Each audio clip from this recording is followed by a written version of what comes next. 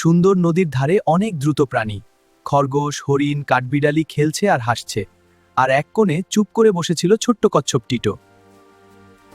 আমি এই বড় নদী পার হব। হাহা টিটো, তুই পারবি? এটা অনেক বড় নদী। হ্যাঁ, তুই তো ছোট। দেখো, আমি পারবো। চলো, কে আগে নদী পার হতে পারে? দৌড় শুরু হোক।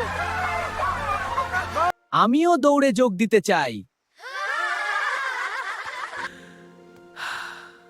আমি ধৈর্য ধরে চেষ্টা করব, হাল ছাড়ব না। দৌড় শুরু হলো। খরগোশ হরিণ আর কাঠবিড়ালি খুব দ্রুত ছুটতে লাগলো আর টিটো আস্তে আস্তে পানিতে নামলো।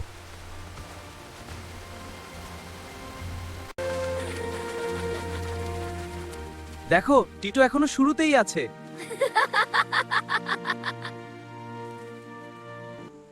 টিটো ধীরে ধীরে কিন্তু থামা ছাড়াই সাঁতার কাটতে লাগলো। তার মুখে ছিল শান্ত দৃঢ়তা।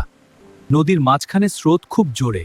টিটো কষ্ট পেলেও থামল না। সে বলল, চেষ্টা করে যাব। চেষ্টা করে যাব।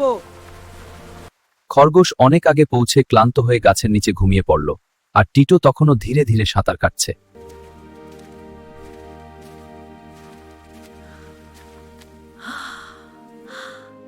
আমি পেরেছি।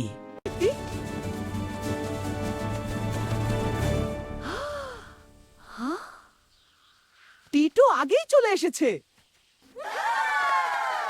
টিটো, তুমি আমাদের শিখিয়ে দিলে ধৈর্য আর অধ্যবসায় সবচেয়ে বড় শক্তি। বাচ্চারা, মনে রেখো, দ্রুত হওয়ার চেয়ে ধৈর্য ধরে চেষ্টা চালিয়ে যাওয়া অনেক বেশি গুরুত্বপূর্ণ। ধীরে ধীরে এগোলে একদিন তুমিও তোমার স্বপ্নের কাছে পৌঁছে যাবে।